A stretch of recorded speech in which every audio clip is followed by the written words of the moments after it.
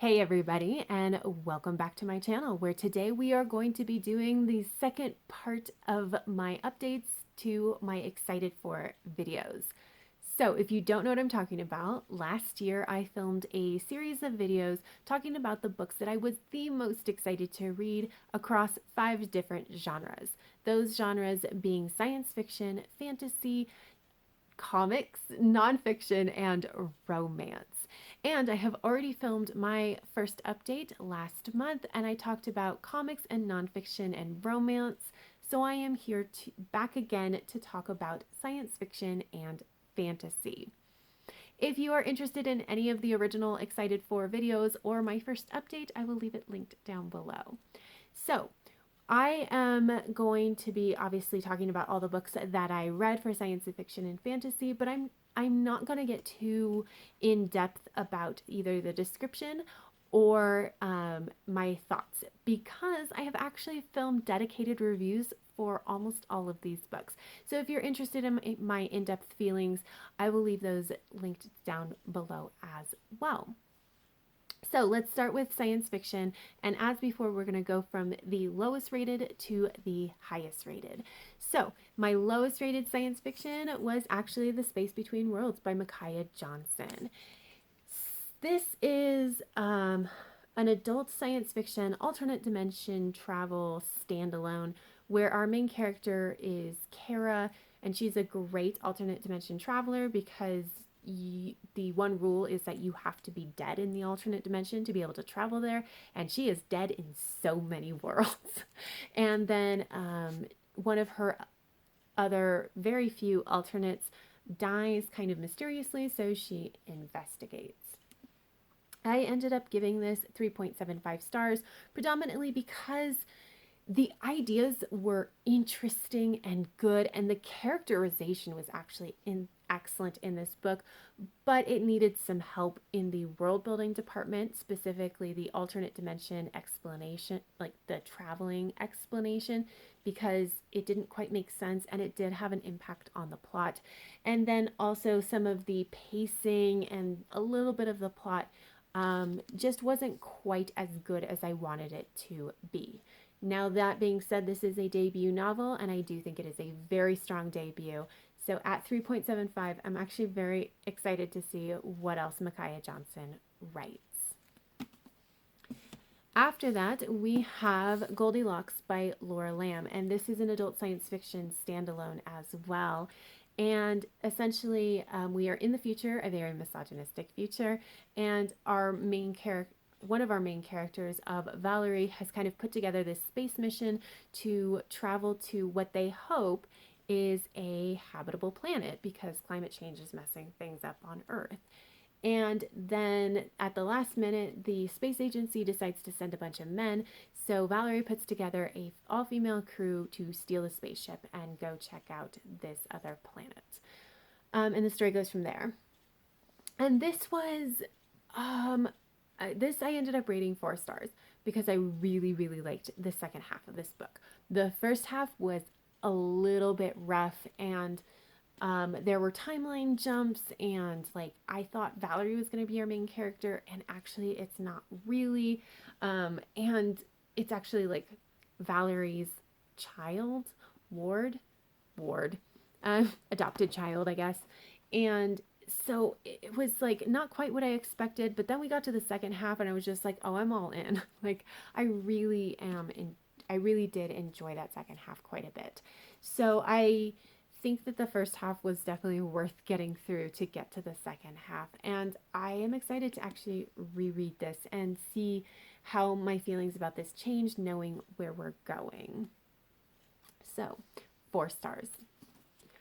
After that, we have The Future of Another Timeline by Annalee Newitz. And this is also an adult science fiction standalone, but this is time travel. And essentially, we are following 2 different timelines. One is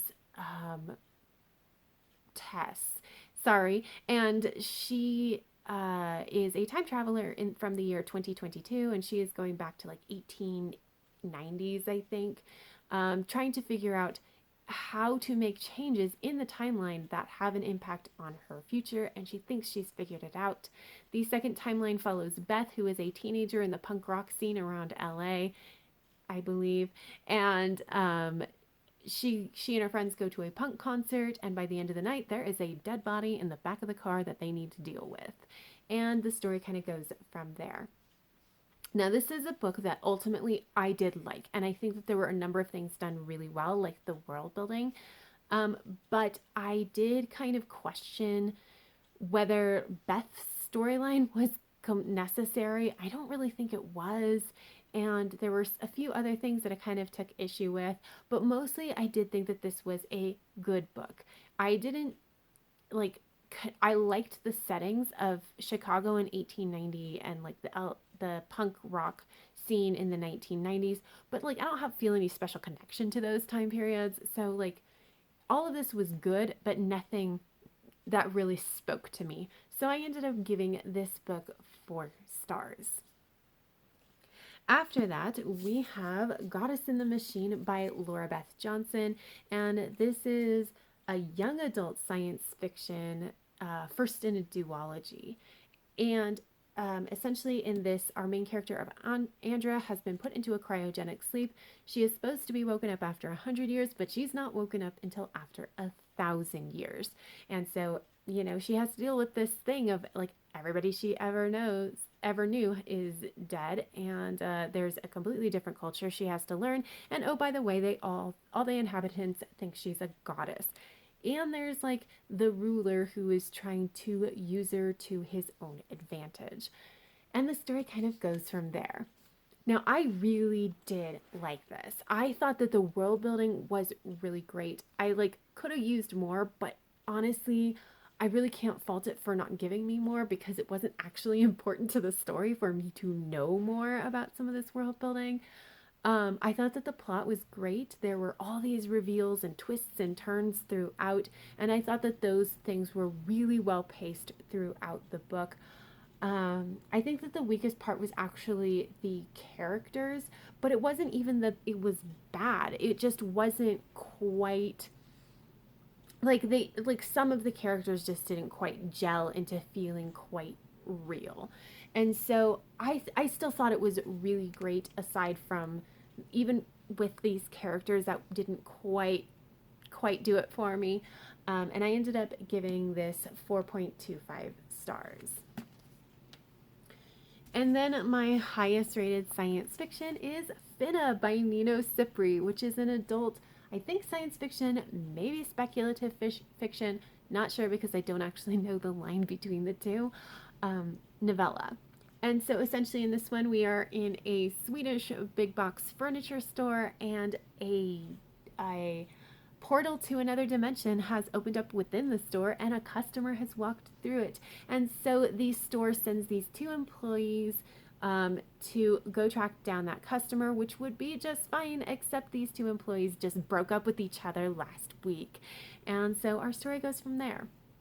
Now, I really liked this. I just thought it was so cleverly done. The pacing was amazing.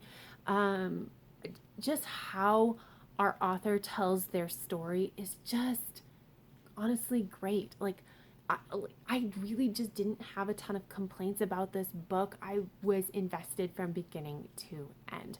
And I ended up giving this 4.5 stars. So that's it for my science fiction. On to the fantasy. And unfortunately for fantasy, we do have a few DNFs to talk about. The first one is The Midnight Library by Matt Haig. And so this is an adult, actually this might also be speculative fiction. I don't know. Like, I need to figure out what speculative fiction is. But this might be fantasy, might be speculative fiction. But essentially, our main character ends up at the Midnight Library. And this is a library with books of your life if you had made different choices. And so we're following our main character as they explore this library. I DNF'd this book after 24 pages.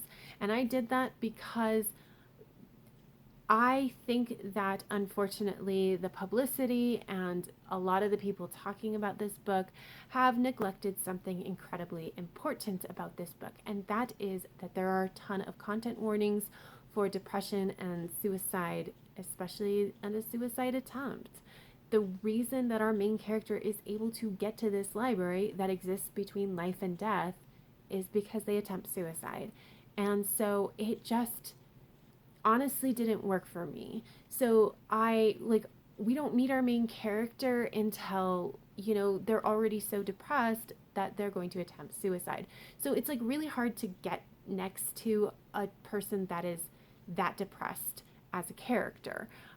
I personally would have preferred to like get to know them before that, but we just didn't.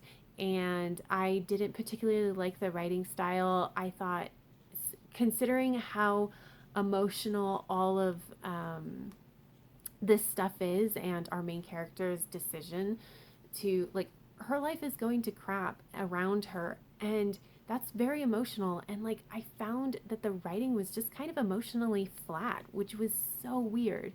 And so it's just like, I just wasn't into this at all. And so I ended up giving up on it at page 24. And then there's my second DNF, and that is The Bird King by G. Willow Wilson.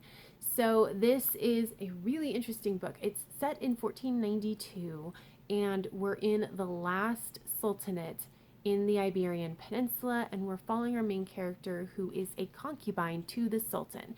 And the Sultan is receiving a delegation from Spain to negotiate the terms of his surrender, essentially. And our main character accidentally introduces her best friend, the mapmaker, to one of the people in this delegation, and he's got some magic going on, so they cry witchcraft. And so our main character and her best friend end up going on the run to get away from the Inquisition. And the story goes from there.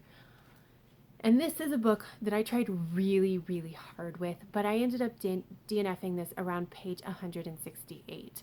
And I want to be really clear, this is really about me and my brain and how my brain reads sentences, because it was just, I could not get on with this writing style, because I would find myself halfway through a sentence and completely lost. And I don't think that this is something that most people would run into, but I did. And it was one of those things where it's like, if I rearranged the sentence, I was fine. My comprehension was fine. It's really just how it was written that I really, really struggled with. And so I got to page 168, and I realized I like this story well enough, but I hate reading it. And so I went ahead and just DNF'd it. Which brings us to the next book, the very first one that I actually finished for this category, and that is Sea Witch by Sarah Henning.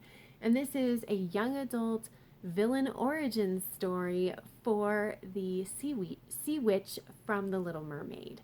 So I really do like villain origin stories, and I think that the best way to tell if you have a good villain origin story is if it recontextualizes all of the meetings between the villain and the hero in the original story.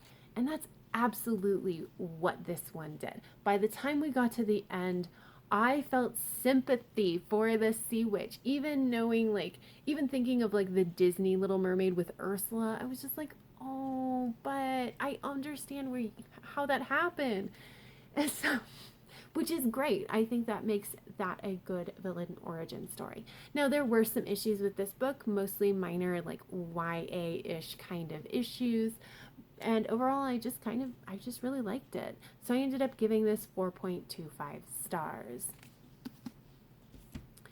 And then we have The City We Became by N.K. Jemisin. And this is an adult urban fantasy, and we're following essentially the city of New York. So in this particular world, once cities kind of hit some milestones, I guess, they can become alive, and then they have essentially an avatar, a human avatar for this. And this is called essentially the birthing process. And New York is unusual in that it does not have just one avatar, it has 5 representing each of the boroughs. And the problem being that until all of the different avatars meet up, they are still considered in the middle of this birthing process. And that is when this city is the most vulnerable to any kind of attack from anybody who would like for New York to not be alive. And so the story kind of goes from there. I thought this was very well written. This is so, like, the writing was so evocative. It was just so interesting. It was very unique. Like, it's just, I read a lot of urban fantasy, and this was just so different than anything I had ever read. It was very imaginative, and I really enjoyed reading it. I didn't quite connect with it, and I'm not really sure why, but I liked so much of the ideas, and I just had a good time reading it, honestly. And so I'm very excited to read any of the, if there's any books that any more in this. Right now it's a standalone. If it becomes a series, I will be so excited. But yeah, I ended up rating this between 4.25 and 4.5 stars. And then we have The Empress of Sultan Fortune by Nhi Vo. And so this is an adult fantasy novella, and we are following our main character of Inyo. And Inyo has been sent from her lands to marry the emperor to kind of unite the two different kingdoms. And Inyo hates this and has basically vowed revenge. And that's what this novella is about. And I adored this. I thought this was so amazingly well written. The craft involved in this was just, it's just amazing. It is an epic adventure in miniature. And just how Nhi Vo actually did that is just, it's mastercraft, honestly. So I really, yeah, like, I don't really have anything negative to say about this book. I thought it was just amazingly well done. And I ended up giving this 4.5 stars. And then we have my highest rated book, The Gilded Wolves by Roshani Chokshi. So this is the first book in a young adult trilogy. And this is more historical fantasy. So we're set in like the 1890s in France, and basically we are following a group of people who are thieves, and so they are trying to kind of do this one big score. So yes, this is a heist novel. It is less Ocean's 11 heist and much more Indiana Jones kind of heist. So I really thought that this was well done. I really liked the cast of characters and how they came together.